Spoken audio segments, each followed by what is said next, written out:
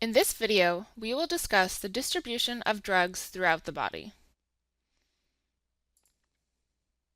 The learning objectives for this video are to explain the concept of the apparent volume of distribution, to discuss the physicochemical characteristics of drugs and how this affects storage in fat, to understand the implications of plasma protein binding, to describe how drug distribution changes with changes in the volume of distribution, and to describe the concept of perfusion-limited and diffusion-limited distribution of a drug. Distribution describes the dispersion of a drug or toxicant throughout the various tissues or compartments within the body. The distribution of a compound is dependent on several factors. The physicochemical properties of the drug will influence how easily it distributes to tissues outside of the bloodstream. Binding to plasma proteins will determine how much drug is available to move out of the bloodstream.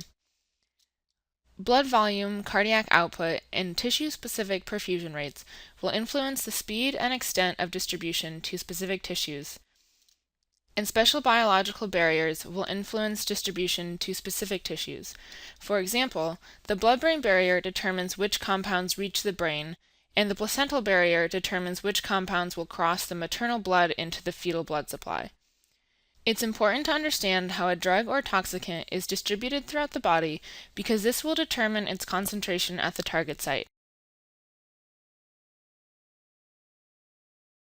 Most of the water in the body is distributed between three main compartments: the plasma in circulation, the extracellular fluid, and the intracellular fluid. Together, these compartments make up the total body water, which is about 60% of total body weight, or 0.6 liters per kilogram of body weight. For a 70-kilogram person, the total body water is about 42 liters. Once a drug makes it into the bloodstream, its physicochemical properties and binding to plasma proteins will determine whether it distributes into the extracellular fluid,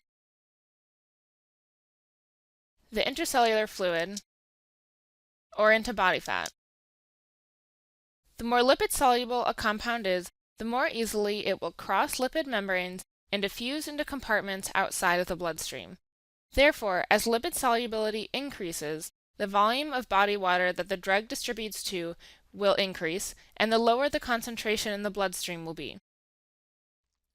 The concentration of a drug that is measured within plasma can help us determine the drug's apparent volume of distribution.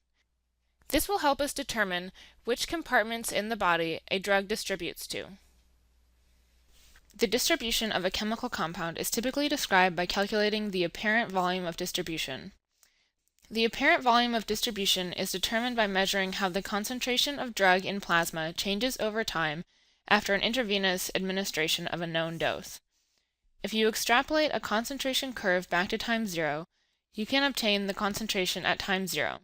The volume of distribution is then calculated by dividing the dose administered by the concentration at time zero. For example, drug A is administered intravenously at a dose of 6 milligrams per kilogram. The concentration at time zero is 60 micrograms per milliliter. Therefore, the calculated volume of distribution for drug A is 0.1 liters per kilogram. For a 70-kilogram person, the apparent volume of distribution for drug A is 7 liters. But what does this imply? Let's look at an example of the volume of distribution for 4 other drugs to get a better idea of what volume of distribution means. Warfarin has a volume of distribution of 5 liters, meaning that it stays within the vascular system. Aspirin has a volume of distribution that corresponds with distribution into the extracellular fluid, and prednisolone has a volume of distribution that corresponds with distribution into the whole body fluid. Imipramine has a volume of distribution greater than 70 liters. Now you'll remember that total body water is only about 42 liters.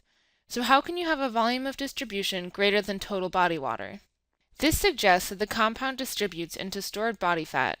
To do this, the compound must be highly lipid soluble, typically with a log P greater than 3. Now if we look at the log P values for these drugs, you can see that increasing log P corresponds with greater volume of distribution, except for warfarin.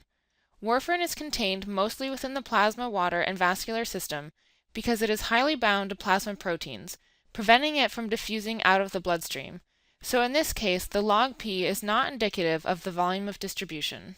Some chemical compounds travel through the bloodstream bound to plasma proteins. When a chemical is bound to plasma proteins, it is unable to cross cell membranes, interact with receptors, be metabolized, or be excreted.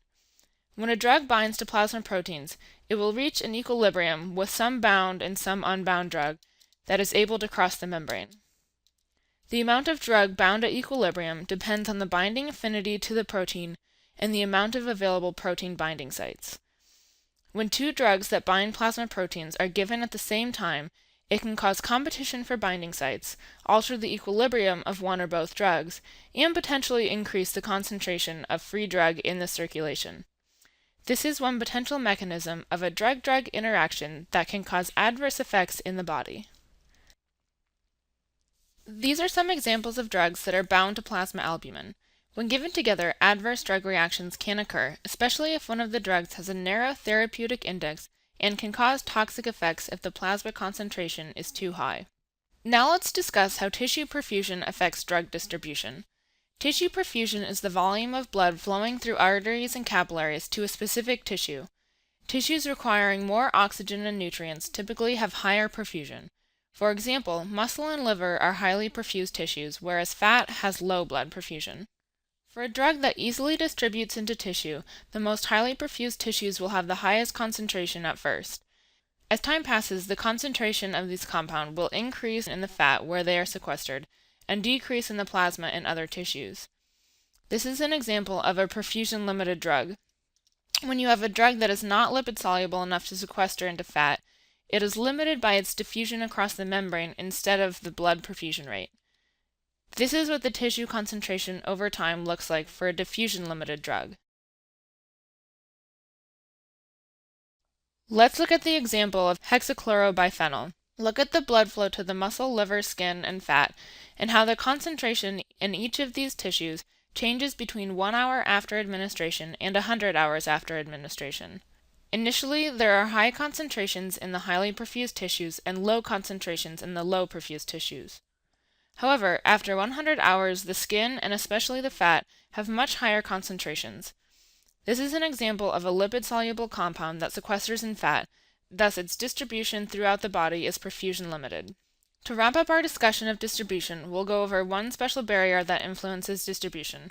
The blood-brain barrier is a selective barrier that separates circulating blood from the brain and regulates what chemical compounds can access the brain. The blood-brain barrier consists of capillary and endothelial cells connected by tight junctions with an extremely high electrical resistance. Gases, water, and lipophilic molecules can cross the blood-brain barrier by passive diffusion to access the brain. Polar and charged molecules cannot diffuse across the blood-brain barrier. Some molecules are selectively transported across the blood-brain barrier, such as glucose and amino acids. And some molecules that are capable of diffusing across the endothelial membrane are prevented from accessing the brain because they are sent back out into the blood by efflux proteins. Typically, as the log P of a compound increases, the blood-brain permeability increases also. You'll notice in this example figure there are two exceptions that do not fit this trend. The drugs vincristine and vinblastine have low blood-brain permeability despite their high lipid solubility. This is because they are transported out of the endothelial cells by the efflux protein P-glycoprotein. The volume of distribution is an important pharmacokinetic parameter to understand, especially for planning dosage regimens, evaluating the influence of disease states and drug interactions on chemical disposition, and relating half-life to body clearance. To test your knowledge, you should be able to answer the following questions. Next week we will discuss the metabolism and the elimination of drugs and toxicants.